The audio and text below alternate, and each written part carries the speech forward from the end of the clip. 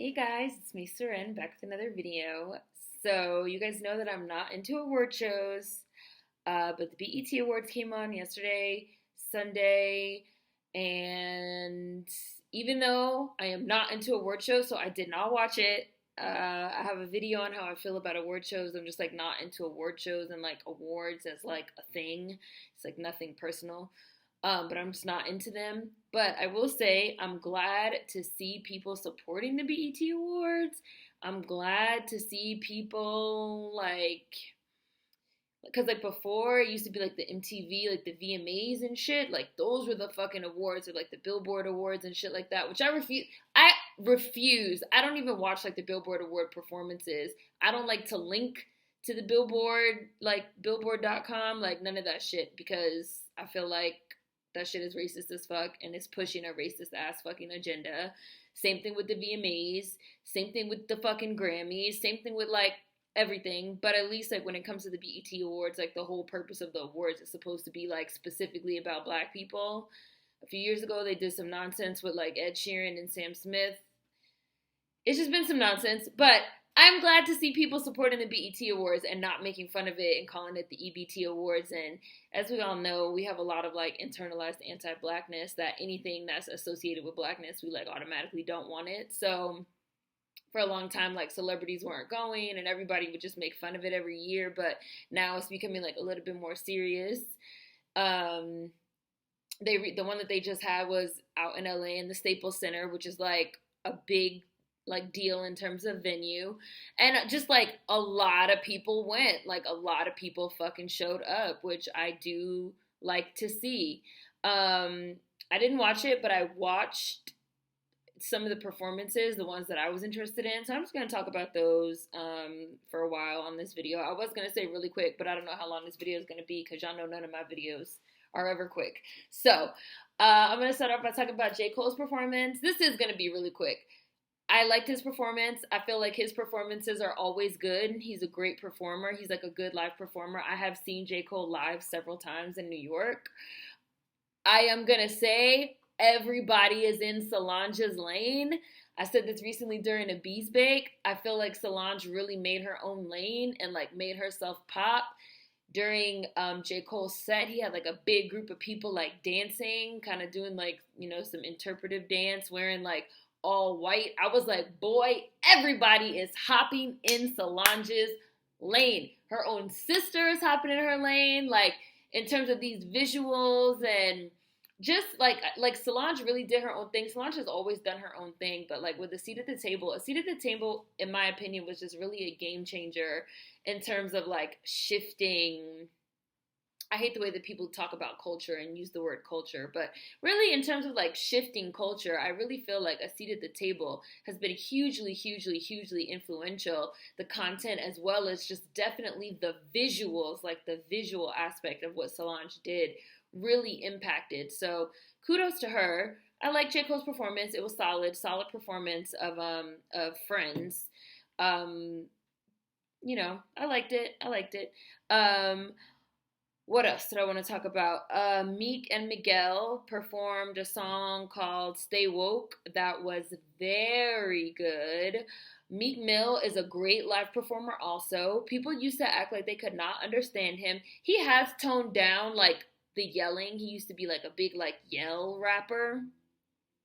But I feel like you could always understand him. Like I'm telling you, like there's like some weird classist shit that used to really like exist around Meek Mill, which I've talked about before, like especially during that whole like Drake beef of just like I can't understand him and he doesn't know how to enunciate and he doesn't know how to talk, and just a lot of like weird shit about like Meek Mill being like this like dude from the streets that everybody like looked down their noses on. But like now like Meek Mill is like that nigga, which is good. I always liked Meek Mill, and I took Meek's side like during that whole beef, and it's good to like finally see him like fucking get his props and get his respect, because he's so talented. Like fucking all of his music is good. Like, I really don't care. Like, all his music is fucking good. Like, he makes good music and he puts on great performances and he puts on good shows. People just got a fucking kick out of shitting on him and kicking him while he was down. So it's really good to see him bounce back and to, number one, kind of continue to be this champion of the streets, I guess you could say, which he always was, but to even now kind of leverage that even more with this platform that he has now. The content of the song Stay Woke is extremely potent, just talking about issues that plague us and plague our community as a collective. And I really do feel like trauma and like the trauma of Black Americans is shaping up to be just a really big theme in music this year. On a mainstream level, obviously, but just talking about, you know, the trauma of mass incarceration, the trauma of poverty, the trauma of drugs, the trauma of violence, the trauma of broken families, you know, all relating to the system, that's designed to keep us this way, to keep us broken and oppressed, you know, utilizing state-sanctioned violence against us, killing us, you know, wealth inequality, redlining, keeping us, you know, fucking poor, keeping us just with no opportunity, so that people turn to a life of crime and then throwing us in these cages. And, you know, just the content of the song in and of itself is very good. And then the performance that he did at the BET Awards with Miguel, who is on the hook, was just, it was a beautiful performance. It was like, the set was like an inner city street, just showing everything that goes on in the hood, really like a, what's the word, a tableau, is that the right word, like a scene, like a moving picture, like, and you got like people shooting dice over here, and like kids jumping rope over here, and like people like doing this and that over there, and like drugs going on over here, and like a movie. And then Meek also talked about, you know, his bullshit ass arrest for, you know, popping wheelies, which was like racist as fuck. The whole story behind him getting arrested and getting locked up was super racist. Like, and then he had like cops storm the stage and arrest people, and they're beating the shit out of people, and they killed a little kid, and it was a little girl too, which I thought was really a good choice, like, because we don't often talk enough about violence and especially police brutality against women and young girls. So he had them kill a little kid, a little girl, had the mom crying, screaming, had them bring out the bars with people standing behind them in orange jumpsuits. Like, it was an extremely well done set. It was extremely well choreographed, great costumes. Like, it was a show. Like, it was an extremely powerful message. And it's good to see these types of performances playing out on a main stage. My friend watched it and said they felt like it was like some modern day Tupac type shit. And I do agree. I really do agree. And I really appreciated it. And I thought it was a great set, great performance, great song, great content. And again, good for Meek Mill that he's like finally, you know, getting his props and doing his thing. He even mentioned the beef too, how people try to like Ja Rule, like wankster him and play him. Like, and now all those people are fucking eating their words, eating a nice bowl full of fucking crow because Meek Mill won the war. Like, I really don't want to hear it. Like, I don't want to hear it. And then Pusha T came through and fucking This Is Sparta 300 kicked Drake ass into the pit. So I don't want to hear it. I really liked Meek Mill. He was really a highlight of the show. Well, I didn't watch the show, but out of the performances that I saw, it was a highlight. I really enjoyed the Anita Baker tribute. So Jamie Foxx was the host of the show, and he also did a large portion of the Anita Baker tribute. He sang several songs. He did like a medley, and Jamie Foxx is just so talented. Like, I have another friend that like loves Jamie Foxx. Jamie Foxx is like my friend's like all-time favorite performer. And like, we talk all the time about how Jamie Foxx is like really kind of underrated. Like, he can play mad instruments, he can sing, he can act, like, but people just kind of treat him as like a joke because he's also a comedian. He's like very, very funny. But like, Jamie Foxx is like great. And I thought he was a really, really inspired choice for the medley, just because his like musicality, you know, he sat there playing an instrument, singing these Anita Baker songs. I was watching this shit like, it's too many youngsters in there. Like, they don't know these Anita Baker songs. Like Jamie Foxx started singing Giving You the Best That I Got, and I was like, I don't hear people screaming. I know they're too young. Like, they're way too young. Like, that is my song. Giving you the best that I've got, baby. I was like, yes, that's my song. Y'all don't know this song? Y'all not tripping? Like, Jamie Foxx was great. Perfect choice. Ledisi, great, beautiful, looked amazing, sounded amazing, beautiful voice. She sang Sweet Love, which is another jam. And Ledisi was killing it. I was really like, y'all are not hype enough. Like, y'all are not fucking hype enough for this fucking tribute. Like, y'all are tripping. Like, I'm upset. Like, chill. Anita Baker was there she looked great. She looked fucking amazing. She gave a really amazing, wonderful speech. Like, that was really, really nice, the Anita Baker tribute. Fucking De'Ara and Ken were there, DK4L, DK Gang, and I love them. I think they're super cute. I've been following them on YouTube for years, and it's always nice seeing Black YouTubers get some type of support in that way, you know, like, good for them. And they always seem like very sweet, nice kids. They do their little challenges and their little prank videos and their relationship videos. And I love them. I think they're super, super cute and super sweet. And it was just nice to also see them. What else did I like? Jamie Foxx talked a little bit briefly on the death of XXXTentacion, and he talked about senseless violence, which I thought was tasteful.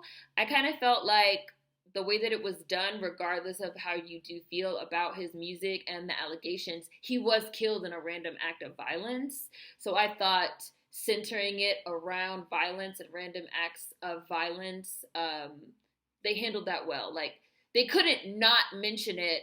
And I'm sure they were like, how are we going to address this in a way that is not going to fuck with people and make people upset?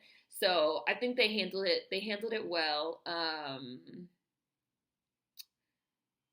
What else did I like? I tried watching the Migos performance. I turned that shit off after Quavo. Quavo was really the only one that I like. Takeoff is all right. I don't mind him, but I really hate Offset. I hate Offset. I don't understand how people like him and feel like he's the leader of the group. Like, I'm just patiently waiting for Quavo to go solo. Like, can you just go solo so I don't have to try and sit through these, like, horrible-ass Migos performances? But I don't like the Migos. I prefer Ray Shremmerd. I think Ray Shremmerd is way more talented and makes better music. And I'm just, like, not impressed by Migos. I couldn't even get through it. I really liked the Big Bang performance, which was YG, 2 Chainz, Big Sean, and Nicki Minaj. I felt like the crowd was hype as shit for YG, probably because they were in LA, and YG is an LA artist. I don't know what the fuck YG had on. I don't ever know what YG be wearing, but he likes being different. That's his thing. Go ahead and be different, YG. You're not shitting on anybody in your attempts to be different, so I have no fucking issues with it. All of 2 Chainz. So the Staples Center is, like, really, really big, and they had, like, this huge fucking, like, set. Like, they took up the whole fucking stage, and every one of them had, like, their own little set. Like, they really took advantage of being in the Staples Center and, like, having all that space. So, like YG had his own set, and, like, 2 Chainz had his own set, and, like, Big Sean had his own set, and then Nicki had her own set. And it was almost like a live music video with, like, these little vignettes kind of playing out, which I really, really liked. I felt like, from what I saw, the majority of the performances were really well choreographed, which I enjoyed. So during 2 Chainz part was, like, my favorite set. It was kind of like a Taj Mahal type. Like, he had this gold suit on, and, like, all the girls had fans. All of his girls in his set, his background dancers, were, like, all black girls, like, visibly black girls, like, medium brown to dark skinned black girls, which was nice. To see. What else? I really liked what 2 Chainz had on. Did I say that? He had, like, a gold suit. I like his show, Most Expensive as Shit, and I kind of felt like he's another one that's really kind of, like, came into his own and kind of, like, created this persona for himself. Big Sean was cool. I always feel like I have no idea who Big Sean's demographic is. Like, who is a Big Sean, like fan. I don't know. I couldn't tell you like who does he make music for. I don't know. I know that sounds like shade, but I don't really mean it in a shady way. Like even when I hear his verses, because I think Big Sean could rap even, but even when I hear his verses, like I like a couple of them, a few of his songs, but I just always felt like, okay, like who is a Big Sean fan? Like even his set, he had this red on. It was like this red space. Like 2 Chainz, for example, 2 Chainz does like the most expensivest shit. So he has like the Taj Mahal and like the black girls with the fans, like a royalty type, and he has the gold suit. Okay, I got it. It works. YG had on like a red money suit. Obviously, it's red because of like the whole like the blood affiliation and the LA and like the big bank and the money. All right, I got it. I'm getting it. Big Sean, I just feel like I never get it. Like whatever his thing is, his thing, I just don't get it. But like that doesn't, I don't think it's bad. I just always am like, oh look, Big Sean, okay, cute little verse, okay, Mars, it's a red planet, all right, cool, cute. Nicki, I feel like Nicki has the hardest verse on that song, Big Bang, and I feel like every single time that song plays or it is performed, everybody's always waiting for her verse, like on some Save the Best for Last. She's obviously considered the biggest artist. She had the biggest set, and it was right dead smack in the center. She loves pink. I loved her pink costume. I loved in the Big Bang video, which I'm going to talk about a little bit in a minute, because the Big Bang video actually came out on Friday, and I loved her pink hair. I liked her Big Bang performance. I did not like her hair. Her hair looked not all that. My friend said she feels like her hairstylist that she's working with right now, Kim Kimball, can't really do hair. Like, I kind of understood the concept of the hair, but it did not translate well. However, with that being said, I loved the costumes. I loved the costume for Chun-Li. I loved the costume for Rich Sex. I loved the costume for Big Bang. I really, really liked the red latex shit that she had on for Rich Sex. Like, her costumes looked great. Shoes looked great. Makeup looked great. Everything looked good except the hair. The hair was just like, I don't know what was going on. And I liked her performance. People trying to like come for her and come for her performance. I've said before, I agree with Nicki that there is a Nicki hate train. I feel like people like to bully Nicki. I feel like they like to rip her to shreds. People will let other fucking artists have super major passes and they will rip Nicki to shreds over the littlest, smallest thing. I think people love to hate her and they like to bully her because she's been on top for a long time. And she's that bitch. And she's black. She's visibly black. And people don't like it. And people like to bully her. And they like to pick on her. And I like Nicki, and I'm not going to do that. And I always like watching Nicki perform. Like, I don't care. I think she's a great fucking performer. I think she's a natural performer. Like, she's an entertainer. She's very charismatic. She's just naturally fucking extra as fuck. Like, she went to LaGuardia. Like, and people like to sit on the internet and fucking pick her apart because I think that they're haters. I just think that Nicki has a lot of fucking haters. I'm sorry. Like, I think you're a hater. Like, sorry, that's just my opinion. Like, that's just my fucking opinion. Like I said, I can admit that the hair was bad, but the makeup was great, and the costumes were great, and, like, the Rich Sex outfit with the red latex and the boots, like, really was amazing. Like, whoever is designing her fucking costumes for this era in particular, and whoever's doing her makeup for this era in particular, is doing a great fucking job. So, I liked it.